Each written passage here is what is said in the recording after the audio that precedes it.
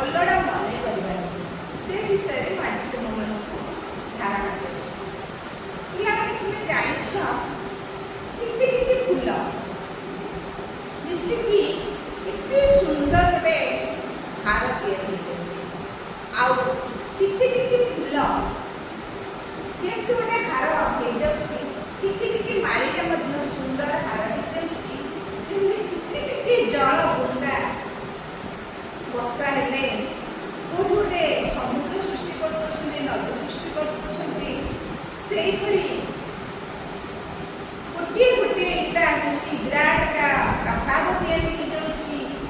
ସେଇଭଳି ଟିକି ଟିକି ପିଲାମାନଙ୍କର କାମ ଦ୍ୱାରା ମଧ୍ୟ ବଡ଼ ବଡ଼ କାମ ସମ୍ଭବ ହେଉଛି। ତେଣୁ ଟିକି ଜିନିଷକୁ ଆମେ କେବେ ହେଲେ ଅଲୋଡ଼ା ମନେ କରିବାନି, ଅଦରକାରୀ ମନେ କରିବାନି, ମୂଲ୍ୟହୀନ ମନେ କରିବାନି।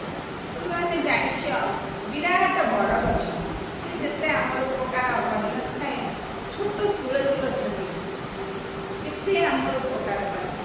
ତେଣୁ ଛୋଟ ଜିନିଷର ମହତ୍ଵ କେତେ, ଆଜି ସେ ବିଷୟକୁ ନେଇ ଆମେ ଆମ ସାହିତ୍ୟ ବହିରେ ଥିବା ଟିକି ଟିକି ପଦ୍ୟଟିକୁ ପଢ଼ି ତା ଭିତରେ କ'ଣ ଅଛି ଲେଖା ଅଛି, ଟିକି ଜିନିଷର ମହତ୍ଵ କେତେ, ତାକୁ ଆଜି ଆମେ ଜାଣିବା। ଏହି ପଦ୍ୟଟିକୁ ଆମର କବି ପଣ୍ଡିତ ଗୋଦାବରୀଶ ମିଶ୍ର ରଚନା କରିଛନ୍ତି, ଲେଖିଛନ୍ତି।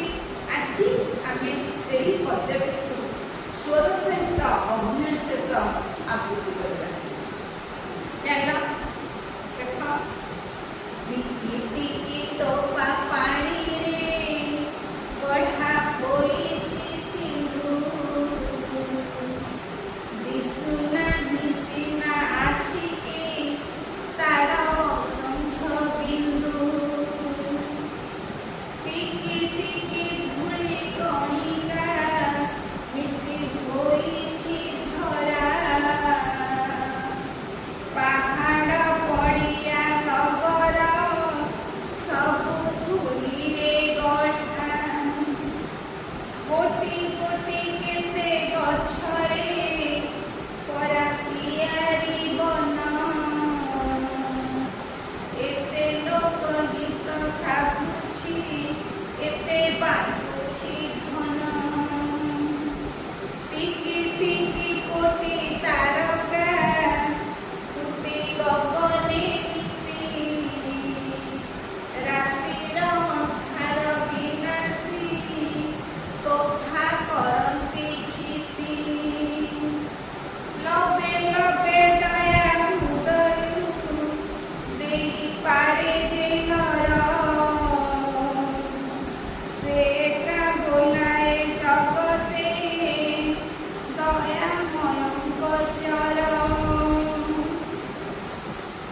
ପଦୁ ପଦୁ କଥା ମଧୁର ଯେକୁ ଭାଷଇ ମୁଖେ, ପରକୁ ଆପଣା କରି ସେ ବାନ୍ଧି ପାରଇ ସୁଖେ। ଟିକି ଟିକି କାର୍ଯ୍ୟ ସୁଗତି ଯେବେ ଦେଖାଇ ପାର, ତେବେ ସିନା ମତେ ପିଲାଏ ଜନ୍ମ କରିବା ସାର। ପିଲେ ଶୁଣିଲ, ମୁଁ ସୁନ୍ଦର ଆବୃତ୍ତି କଲି। ତୁମେମାନେ ମଧ୍ୟ ମୋ ଭଳି ଆବୃତ୍ତି କରିବା ଶିଖିବ। ମୁଁ ପୁନର୍ବାର ଏହାକୁ ପଢ଼ିବି ବା ପରେ ତୁମେ ତାକୁ ଆଉ ଥରେ ପଢ଼ିବ। ଆଜି ମୁଁ ତୁମ ସେ ପଦ୍ୟଟିକୁ ଟିକେ ସଂକ୍ଷିପ୍ତରେ ଖାଲି ଆଲୋଚନା କରିଦେଉଛି, କାଲି ମୁଁ ତୁମକୁ ପଢ଼ିବି। ଟିକି ଟିକି ଟୋପା ପାଣିରେ ଗଢ଼ା ହୋଇଛି ସିନ୍ଧୁ। ସିନ୍ଧୁ କହିଲେ କ'ଣ ବୁଝ? ସମୁଦ୍ର। ସିନ୍ଧୁର ଅନ୍ୟ ନାମ ହେଉଛି ସାଗର, ସମୁଦ୍ର। ଟିକି ଟିକି ଟୋପା ପାଣିରେ ଗଢ଼ା ହୋଇଛି ସିନ୍ଧୁ, ସମୁଦ୍ର ସୃଷ୍ଟି ହୋଇଛି। ଦିଶୁନାହିଁ ସିନା ଆଖିକୁ ତାର ଅସଂଖ୍ୟ ବିନ୍ଦୁ। ସମୁଦ୍ର ହେଇଗଲା ପରେ ତାର ଯୋଉ ଟିକି ଟିକି ଜଳକଣା ଆଖିକି ଦେଖାଯାଉ। ଟିକି କଣିକା ମିଶି ହୋଇଛି ଧରା। ଧରା ମାନେ କଣ? ପୃଥିବୀ। ଏ ପୃଥିବୀ ମାଟି ମା ଏ ଟିକି ଟିକି ଧୂଳିକଣାରେ ସୃଷ୍ଟି ହୋଇଛି। କେତେ ମାଟି, ଏ ସାରା ମାଟି ମା, ପୃଥିବୀ ମା, ବସୁନ୍ଧରା ମା। ତେଣୁ ଏ ଧରାର ଅନ୍ୟ ନାମ ହେଉଛି ବସୁମତୀ। ଧରା, ପୃଥିବୀ, ମାଟି ମା, ପାହାଡ଼ ପଡ଼ିଆ ନଗର ସବୁ ଧୂଳିରେ ଗଢ଼ା। ଗୋଟି ଗୋଟି କେତେ ଗଛରେ ପରା ତିଆରି ବନ। ବନ ମାନେ କଣ? ବଣ। ଗୋଟିଏ ଗୋଟିଏ ଗଛ ମିଶି ବିରାଟ ବଣ ସୃଷ୍ଟି ହେଇଯାଉଛି। କେତେ ଲୋକ ହିତ ସାଧୁଛି, କେତେ ବାଣ୍ଟୁଛି ଧନ। ଏଇ ଗଛ ଆମର ଜୀବନ। ଗଛ ବିନା ଆମେ ବଞ୍ଚିପାରିବା ନାହିଁ। ଗଛ ଆମକୁ କ'ଣ ନ ଦେଉଛି? ଟଙ୍କା ଠାରୁ, ପଇସା ଠାରୁ, ଘର, ଲୁଗାପଟା, ଖାଦ୍ୟ, ବସ୍ତ୍ର, ବାସଗୃହ ସବୁ ଦେଉଛି ଏଇ ବଣ ବା ଗଛ। ଟିକି ଟିକି କୋଟି ତାରକା ଫୁଟି ଗଗନେ ନୀତି।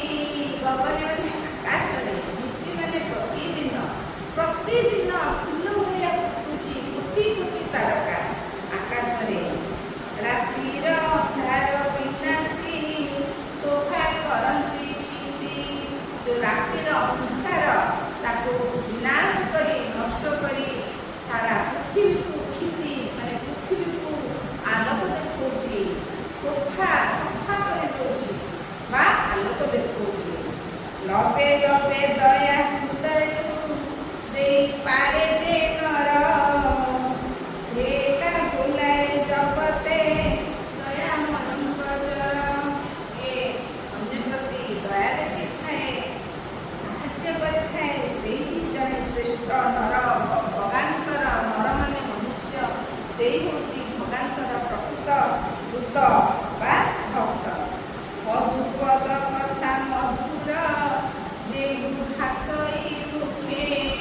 ଗୋଟିଏ କଥା, କଥା କହିବାକୁ ପଇସା ପଡ଼େ। ତେଣୁ ଏଇ କଥା ଯଦି ମଧୁର, ତାହା ଅନ୍ୟମାନଙ୍କୁ ବହୁତ ଆନନ୍ଦ ଦିଏ। ପରକୁ ଆପଣା କରି ସେ ବାନ୍ଧି ପାରଇ ସୁଖେ। ଅନ୍ୟକୁ ପରକୁ ଆପଣାର କରିଦିଏ। ବହୁଟିଏ କଥା, ଟିକିଏ କଥା, ଟିକିଏ ମଧୁର କଥା ସେ ଅନ୍ୟକୁ ଆପଣାର କରିଦିଏ ଏବଂ ତାକୁ ସୁଖରେ ରଖିପାରେ। ଟିକି ଟିକି କାର୍ଯ୍ୟ ସୁଗତି ତେବେ ଦେଖାଇ ପାର। ତେବେ ସିନା ମୋତେ ପିଲାଏ ଜନ୍ମ କରିବା ସାର। ତାହେଲେ ଆମର ଏ ମାନବ ଜନ୍ମ ଶ୍ରେଷ୍ଠ ହୋଇଯିବ ଯଦି ଆମେ ଟିକିଏ ମହତ କାମ କରିପାରିବା। ଆମେ ବଡ଼ କାମ